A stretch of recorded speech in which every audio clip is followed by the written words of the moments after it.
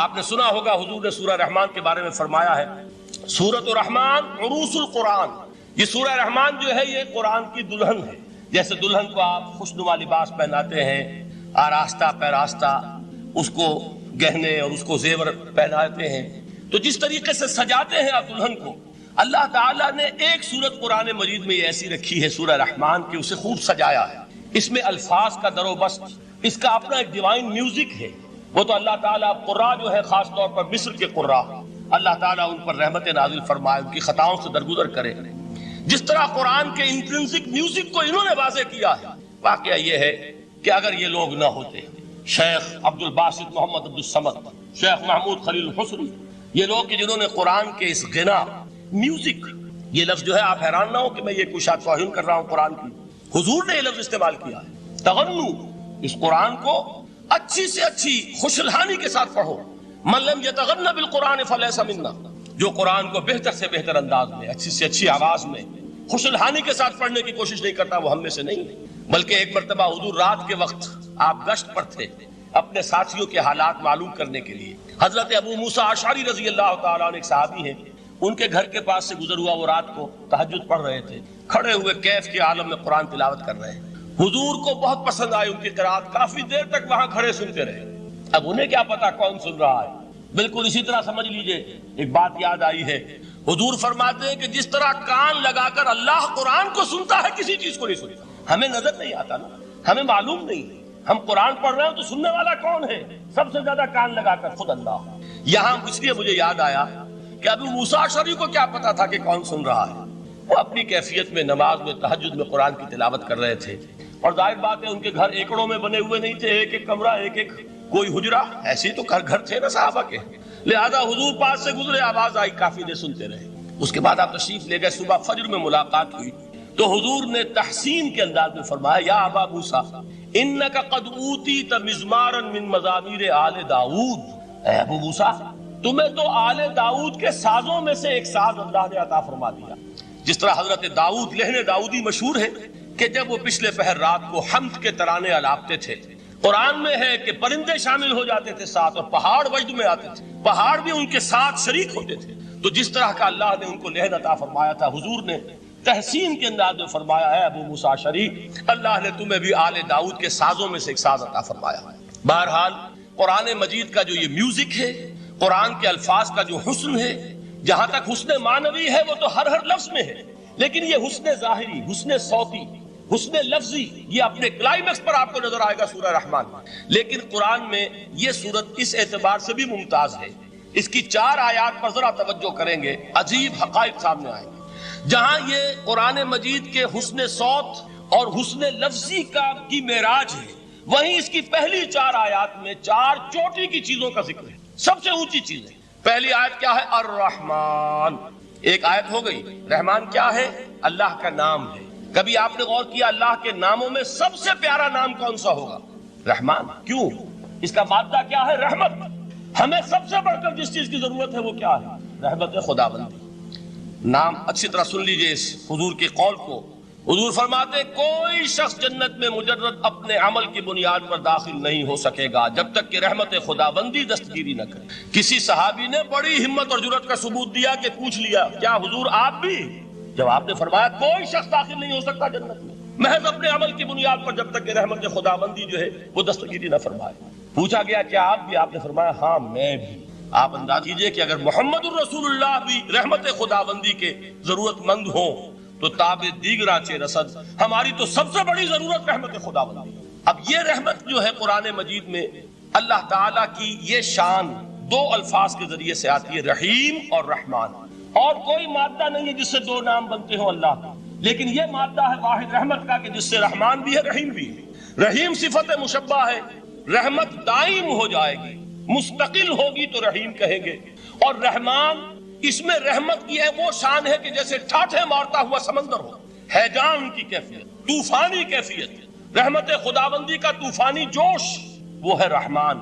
آپ تو رہتے اس علاقے میں ہیں، آپ کو معلوم ہے عرب اگر بھوکا مرا جا رہا ہو تو کیا کہے گا؟ انا جوعان. پیاسا مرا جا رہا ہو انا عطشان. بہت غضبناک ہوگا غضبان. غضبان آصفہ قرآن میں آیا ہے، بہت غضبناک. رحمان جس کی رحمت جو ہے جوش میں ہے، ٹھاٹھے مارتے ہوئے سمندر کے مالک. تو یہ اللہ تعالیٰ کے ناموں میں سب سے پیارا نام. اب آگے چلیے. الرحمن علم القرآن، رحمان نے قرآن سکھایا. رحمت خداوندی کا سب سے بڑا مظہر، رحمان کی رحمانیت کا سب سے بڑا مظہر قرآن ہے. ان میں جو منطقی ربط ہے اس کو سمجھتے جائیے. اچھا آپ یہ سوچئے، جو علم بھی انسان کو حاصل ہوا وہ کس نے دیا؟ اللہ نے. سائنس کا علم کس نے دیا؟ اللہ نے. علم آدم الاسماء کلہا، وہ علم الاسماء جو حضرت آدم کو دے دیا گیا تھا ازل میں، یہ اسی کا ظہور ہے، یہ اسی کی ایکسفولیشن ہے جو ہو رہی ہے اور ہوتی رہے گی ابھی. اور دوسرے علم ہے وہ کس نے دیا؟ اللہ نے. لا یحیطون بشیء من علمہ الا بما شاء، مخلوق میں سے کوئی اللہ کے علم میں سے کسی شے کا احاطہ نہیں کر سکتا مگر وہ جتنا اللہ دینا چاہے. لیکن یہ کہ تمام علوم میں چوٹی کا علم قرآن. نوٹ کرتے جائیے، چوٹی کی چیزیں جمع کیجیے. اللہ کے ناموں میں چوٹی کا نام رحمان. اللہ نے جو کچھ انسان کو سکھایا اس میں چوٹی کا علم قرآن. خلق الانسان، انسان کو پیدا فرمایا. سوال یہ کہ حیوانات کو کس نے پیدا فرمایا؟ آسمان کس نے پیدا کی؟ زمین کس نے پیدا کی؟ فرشتے کس نے پیدا کی؟ کیا مطلب خلق الانسان؟ اس کی تمام مخلوقات میں اس کا کلائمیکس، اس کی تخلیق کی معراج، اس کے تخلیق کا نقطہ عروج انسان ہے. یہ ہے کہ جو مسجود ملائک بنا ہے.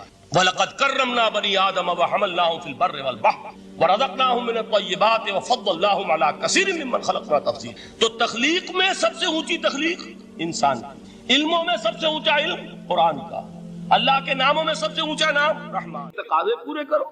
تقاضے کیا ہے؟ ایمان ہے تو عمل درست ہونا چاہیے، ایمان ہے تو جہاد ہونا چاہیے، ایمان ہے تو جان اور مال کھپانی چاہیے. تو جو ایمان دوسرے لوگ جس طرح لائے ہیں، حمزہ بھی تو ایمان لائے ہیں، آخر ان کا راستہ تمہیں نظر نہیں آ رہا؟ ابو بکر ایمان لائے ہیں، ان کی طرح ایمان لاؤ. تو انہوں نے کیا کہا؟ انؤمن کما آمن السفہاء، کیا ہم اس طرح ایمان لائے جیسے یہ بے وقوف لائے؟ سفیہ کا لفظ تو سبھی جانتے ہیں، یہ سفہاء کسے کہہ رہے ہیں؟ آپ نے پڑھا تو بہت مرتبہ ہوگا ان آیات کو، کبھی سوچا کس کو کہہ رہے ہیں؟ وہ ابو بکر کو کہہ رہے ہیں، وہ حمزہ کو کہہ رہے ہیں، وہ عمر کو کہہ رہے ہیں. ان کی تو مت ماری گئی. غر ہؤلاء دینہم، انہیں تو کوئی ہوش ہی نہیں. 2 مرتبہ حضرت ابو بکر نے وہ کام کیا ہے کہ ہر ورلڈلی وائز انسان یہ کہے گا کہ حماقت کی ہے جس کے سامنے دنیا ہے. جب ہجرت کے لیے حضور تشریف لے جا رہے تھے، 40,000 درہم کا سرمایہ تھا، جبکہ حضرت ابو بکر ایمان لائے. مکے کے چوٹی کے تاجروں میں سے تھے جو ملک التجار کہلاتے. لیکن اب وہ روپیہ کہاں خرچ ہوا؟ بلال کو خریدا، روپیہ دے کے خریدا یا ویسے ہی خرید لیا؟ آزاد کر دیا. ابو فقی کو خریدا، آزاد کر دیا. 6 ہیں غلام اور کنیزیں محمد رسول اللہ پر ایمان لانے والے جن کو ابو بکر نے اپنے پیسے سے خریدا اور آزاد کیا. یہ روپیہ تو پگھل رہا ہے نا. جو تھوڑی بہت پونجی رہ گئی ہے، تو جب حضرت حضور ہجرت کے لیے تشریف لے جا رہے، وہ ساری پونجی اپنے ساتھ لے گئے، گھر والوں کو چھوڑ کر گئے. بوڑھا باپ اندھا ابو قحافہ، بعد میں وہ بھی ایمان لے آئے. اور یہ ابو بکر ہیں کہ جن کی 3 نسلیں ایک وقت میں موجود تھی مسلمانوں کی. ابو قحافہ مومن، ابو بکر مومن، اور ابو بکر کی اولاد مومن، عائشہ، اسما اور ابو بکر اور عبد الرحمن ابن ابی بکر. یہ کون ہے؟ تو 3 نسلیں جس کی بیک وقت رہی ہیں ایمان میں، وہ شاذ لوگ ہیں، ان میں ابو بکر. لیکن یہ کہ اس وقت تک ابو قحافہ ایمان نہیں لائے تھے، والد نابینا تھے. تو والد ہے، بیٹیاں ہیں، حضرت عائشہ، حضرت اسما حضرت رضی اللہ تعالیٰ عنہما، بیوی ہے. کچھ نہیں چھوڑ کے گئے، ایک پیسہ. جب باپ کو معلوم ہوا بیٹا چلا گیا محمد کے ساتھ صلی اللہ علیہ وسلم، سخت غصے میں ہے، پیٹ تاب میں ہے. اب ہمارا کون والی وارث ہوگا؟ کون ہے ہماری خبر گیری کرنے والا؟ بیٹیوں سے پوتیوں سے اپنے پوچھتے کچھ چھوڑ کے بھی گیا کہ نہیں؟ انہوں نے کہا ہاں ابا جان. کیا کیا انہوں نے؟ کبھی پڑھے ہیں واقعات؟ کچھ کنکر روڑے لیے، ایک کپڑے میں پوٹلی بنائی اور اندھے دادا کا ہاتھ اوپر پھروایا. دیکھیے دادا جان یہ چھوڑ گئے ہیں، یہ مال ہے، یہ سونے اور چاندی کے سکے ہیں، ابا جان ہمیں ایسے نہیں چھوڑ کر گئے. واقعہ کیا ہے کہ ایک پیسہ نہیں چھوڑا ابو بکر نے گھر والوں کے لیے، سب کچھ لے گئے کہ کیا پتہ محمد کے ساتھ جا رہا ہوں، کس وقت کیا ضرورت پیش آ جائے صلی اللہ علیہ وسلم. تو یہ کوئی عقل مندی کی بات ہے؟ اپنے غریبانوں میں جھانکی آپ یہ عقل مندی کریں گے؟ کہیں چاہے نہ، یہ بات دوسری ہے. لیکن یہ کہ اس کو کون ہم میں سے عقل مندی کہے گا؟ اسی طریقے سے جب غزوہ تبوک کا وقت آیا، وہ واقعہ تو بہت مشہور ہے. حضرت عمر فرماتے ہیں کہ اس زمانے میں میرے پاس اتفاقاً پیسہ بہت تھا، میں نے یہ سوچا دل میں کہ اس مرحلے پر تو میں ابو بکر سے بازی لے جاؤں گا. مسابقت ان میں بھی تھی لیکن نیکی کی مسابقت, خیر کی مسابقت, انفاق فی سبیل اللہ کی مسابقت. تو میں نے سوچا کہ میں بازی لے جاؤں گا. میں نے کیا کیا, کل دولت جو تھی اس کے 2 حصے کیے. ایک حصہ گھر رکھا اور ایک لا کے حضور کی خدمت میں پیش کر دیا. حضور نے پوچھا کہ عمر گھر والوں کے لیے کچھ چھوڑا؟ کہ جی ہاں, نصف کیا میں نے, نصف اللہ کی راہ میں حاضر ہے, نصف چھوڑا ہے. ٹھیک ہے. اب وہ آئے ابو بکر, پوچھا حضور نے ابو بکر گھر والوں کے لیے کچھ چھوڑا؟ کہ نہیں, صدیق کے لیے ہے خدا کا رسول بس, گھر میں اللہ اور اس کے رسول کے نام کے سوا کچھ نہیں تھے. یہی ہے نا, پروانے کو چراغ ہے, بلبل کو پھول بس, اور صدیق کے لیے ہے خدا کا رسول بس, مجھے گھر والوں کے لیے کچھ نہیں چاہیے. یہ کام جو ہے تو یہ جن کا ہم اس وقت ذکر پڑھ رہے ہیں منافقین, ان کے نزدیک حماقت تھی یا عقل مندی تھی, یہ سمجھداری تھی یا بے وقوفی تھی؟ وہ ہے جو بات کہہ رہے ہیں کہ جب ان سے کہا جاتا ہے ایمان لاؤ بھلے لوگوں کی طرح جیسے دوسرے لوگ ایمان لائے ہیں, تو کیا کہتے ہیں, انؤمن کما آمن السفہاء الا انہم هم السفہاء ولکن لا یعلمون. آگاہ ہو جاؤ, اصل احمق یہ ہے, اصل بے وقوف یہ ہے, انہیں نہیں پتا کہ حقیقت کیا ہے, نفع کیا ہے, نقصان کیا ہے. وہ جو بات میں نے سورۃ العصر میں بیان کی تھی, والعصر ان الانسان لفی خسر الا الذین آمنوا وعملوا الصالحات وتواصوا بالحق وتواصوا بالصبر. جس کے ذہن اور قلب پر یہ صورت کندہ ہو جائے گی, اس کے نزدیک عقل مندی یہ ہے کہ سب کچھ اللہ کی راہ میں لگا دو. جس کے دل میں یہ بات بیٹھی نہیں, اس کے لیے عقل مندی یہ ہے کہ بچا بچا کر رکھو, چھپا چھپا کر رکھو, سنبھال سنبھال کر رکھو. عقل مندی کا اس میں تقاضا کچھ اور, اس میں تقاضا کچھ اور. لیکن یہاں بھی فرمایا ولکن لا یعلمون, انہیں ابھی علم نہیں ہے اس کا. اس سے پہلی آیت میں بھی فرمایا ولکن لا یشعرون, انہیں شعور نہیں ہے. دیکھیے میں آپ کو بتا رہا تھا, یہ وہ غیر شعوری نفاق ہے, یہ بڑھتا چلا جا رہا ہے. پہلے جھوٹا بہانہ تھا, پھر جھوٹی قسمیں ہوئی, پھر دشمنی ہو گئی صادق الایمان, جو جان اور مال لگا رہے ہیں, نچھاور کر رہے ہیں پروانہ وار, اللہ پر, اللہ کے دین کے اوپر نثار کر رہے ہیں اپنے آپ کو, ان سے عداوت, ان سے دشمنی, ان کا بغض, یہ 3rd سٹیج تک پہنچ گئے. اب بھی وہ اپنے آپ کو منافق نہیں سمجھتے, وہ سمجھتے عقل مند تو ہمیں, یہ تو بے وقوف ہے. ہم ہیں اصل میں بھائی, سمجھ کے چلنا چاہیے, تیل دیکھنی چاہیے, تیل کی دھار دیکھنی چاہیے, دائیں بائیں دیکھنا چاہیے, حفاظت کا بھی خیال ہونا چاہیے. یہ ساری چیزیں تو عقل مندی ہے نا دنیا کے اعتبار سے. تو وہ تو انہیں بے وقوف سمجھ رہے ہیں, اپنے آپ کو منافق کہاں سمجھیں گے؟